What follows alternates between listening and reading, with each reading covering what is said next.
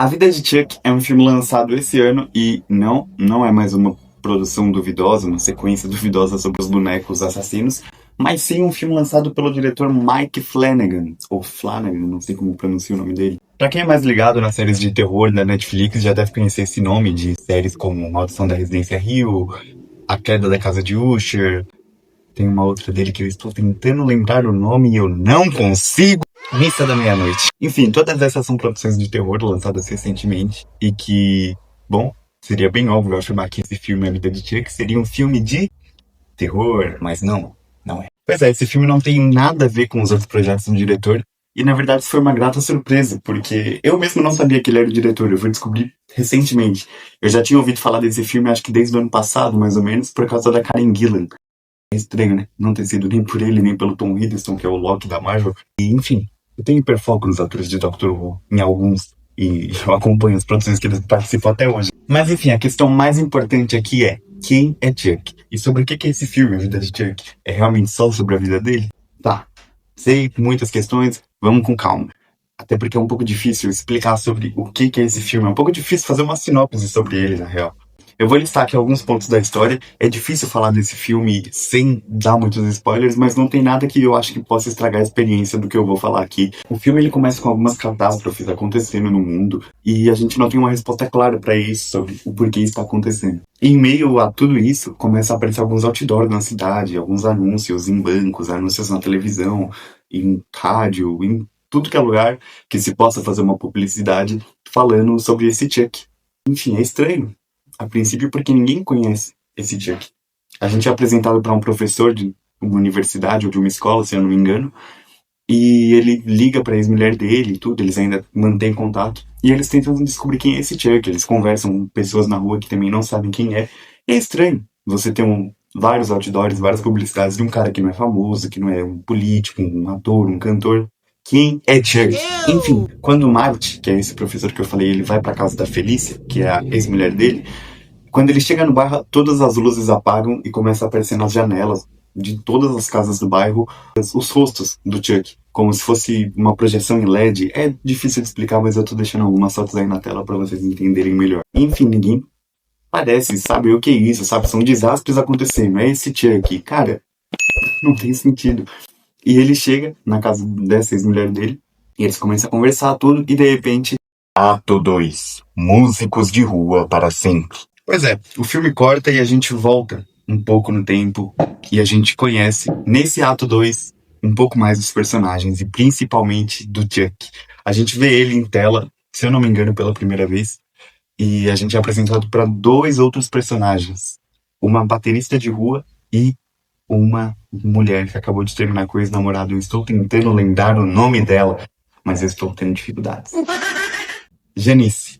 Claramente eu lembrei, sem olhar o roteiro, sem olhar o Google, eu lembrei diretamente de acordo com a minha memória. Enfim, essa baterista ela tá tocando lá na rua faz um tempo já e ela vê o Chuck se aproximando.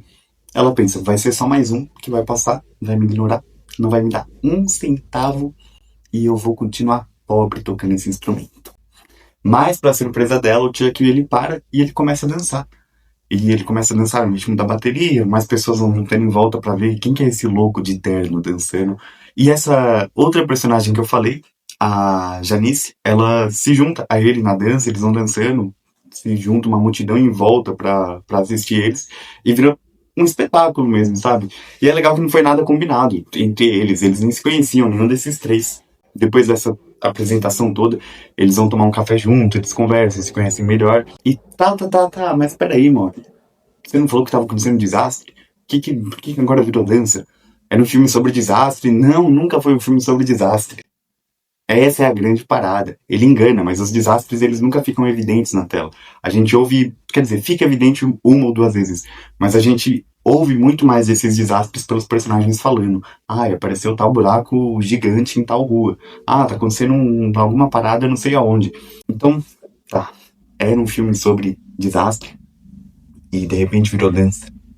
Bom, eu falei que ia ser difícil explicar esse filme e é por isso que eu tô contando tanto dele e não dando só uma breve sinopse. Mas depois dessa conversa que eu falei que ele tem com a baterista e com a mulher que ele dançou, vem a voz de um narrador. Na verdade, o narrador ele tá presente desde o começo do filme, mas ele fala que o Chuck ele tá num leito de hospital. E ele lembrou desse dia, justamente quando ele estava bem doente, porque ele começou a se questionar bastante, né? Pô, por que que Deus criou o mundo? Tem tanto sofrimento por aí, se eu tô passando essa situação aqui difícil. E ele lembrou desse dia. E um pensamento talvez meio egoísta, mas talvez que tenha uma boa margem de interpretação, ele pensa, talvez Deus tenha criado o mundo apenas para dançar na rua aquele dia. E é com essa análise que a gente parte para o Ato 1. Eu contenho multidões. Eu disse que era confuso falar desse filme. Você provavelmente tá achando que eu errei. Que eu falei ato 1, mas é o ato 3. Mas não. É o ato 1 mesmo. Apesar de toda essa complexidade, não se assusta. Tem sentido, porque nesse ato 1 a gente vai falar sobre a infância do Chuck. Então, se você parar pra ver, as coisas estão acontecendo ao contrário. Acho que agora ficou muito mais fácil de você entender sobre o filme e pra você ver que eu não sou um louco voltando do ato 2 pro ato 1, que vai ter o ato 3 no final. Não tem ato 3 no final, esse é o último ato do filme, mas é o primeiro ato na vida do Chuck. Esse eu acho que é o ato mais longo do filme, mas é o ato que eu menos vou ter o que falar, porque é o Chuck criança, ele perdeu os pais, ele mora com os avós, ele começa a fazer aulas de dança. Ele assiste muitos filmes musicais com a avó, então a gente vê que essa parte de música, de dança é bem importante para a vida dele. Só que, porém, o mistério inicial do filme continua. Por que que tem tanto desastre e outdoor na cidade? E se você acha que o filme vai responder essa questão, não. Ele não vai, porque eu particularmente acho incrível, porque fica aberto à interpretação. Então você que é fã do Christopher Nolan, por que você está chorando? Apesar das brincadeiras, eu acho que eu já expliquei todo o evento macro, agora eu consigo fazer uma análise muito melhor, sem ter que ficar explicando sinopse, sem ter que ficar explicando detalhe, voltando na história, pra lá, pra cá, desastre, terremoto, falta de internet. Então tá, vamos lá. Minha análise sobre o filme.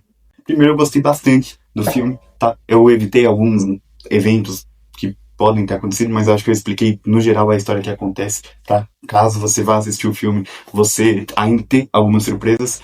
E esse filme é um reflexo sobre a vida. Quando o Chuck, lá na cama do hospital, ele diz que Deus criou o mundo só pra ele dançar na rua naquele momento, é justamente isso. O fim do mundo ele tá acontecendo não porque tá acontecendo mesmo. Pode ser tudo imaginação do Chuck, a gente não sabe. Mas é difícil que realmente aquilo esteja acontecendo, de aparecer outdoors agradecendo ele na cidade. Essa frase, eu contenho multidões, que deu nome ao ato 1, é uma frase que a professora do Chuck diz. E essa frase fica na cabeça dele. Porque o que ela significa? Significa que dentro de nós tem tudo que a gente já viveu. Todas as nossas lembranças, memórias, pessoas que conhecemos. Eu contenho multidões, é isso. A gente contém dentro de nós todas as pessoas que nós conhecemos. Tá entendendo? Todo aquele desastre, tudo aquele caos acontecendo é lúdico. Era o mundo do Chuck acabando. Mas por que que a gente vê isso se o mundo das outras pessoas continua? Porque o nome do filme é A Vida do Chuck, não a vida das outras pessoas. Mas é interessante a brevidade que o filme mostra a vida. Porque o Chuck, ele acabou não sendo uma pessoa famosa, ele acabou não sendo alguém que teve um grande efeito importante para o mundo. Mas ele se imaginou nos outdoors agradecendo ele. Por quê? Porque a vida ela não é um único evento. Ela é composta por vários e vários pequenos eventos. Por isso a gente viu a vida do Chuck tão fragmentada. Justamente para que a gente pudesse entender que é um personagem que ele tem camadas, que ele tem complexidade, que ele não foi só um cara que fez uma dança na rua. Ele teve toda uma trajetória. A gente não acompanha a vida dele porque ele é um astro, não porque ele foi alguém popular, porque o filme é sobre isso. Ele celebra a vida comum. Cada pessoa é um universo de memórias. E o Chuck era um universo de memórias. Então, como a gente está acompanhando a visão dele sobre tudo isso, sobre o mundo, quando ele está morrendo, esse universo interno está se desfazendo. É como se a gente tivesse acompanhado uma celebração melancólica da vida. A morte, ela não é apresentada como um fracasso. Ah, ele morreu jovem. Ele morreu sem ser conhecido pelas pessoas. Não é isso. A morte, ela faz parte do ciclo da jornada do Chuck. É um filme um pouco complexo de falar, mas eu recomendo super vocês assistirem. Eu não sei se no momento que eu postar esse vídeo ele já vai ter lançado nos cinemas ou não, mas eu recomendo super você assistir ele, porque, cara, é diferente. É um filme muito diferente, assim. Você fica com uma pulga atrás da orelha quando você termina de ver ele, porque você pensa, cara, é verdade, né? A vida é tão breve. Às vezes a gente fica se preocupando com tantas coisas, com, sabe, eu preciso disso, eu preciso daquilo. Beleza, a gente tem que se importar com essas coisas mesmo. Mas às vezes a gente perde alguns pequenos momentos também, sabe? Pensando em coisas grandes, em coisas gloriosas. Mas às vezes uma coisa pequena também faz a gente feliz. Então, é sobre isso, sabe? Comenta aqui embaixo se você já assistiu esse filme, sua análise sobre ele, já que é um filme bastante interpretativo. Eu falei a minha, mas se você tem alguma diferente, cara, eu vou ficar super feliz em ler sua análise, super feliz em ver que você também teve uma visão diferente da minha. Então comenta aí embaixo, deixa o like nesse vídeo, se inscreve no canal, ativa o sininho e até a próxima! Eu simplesmente não existo.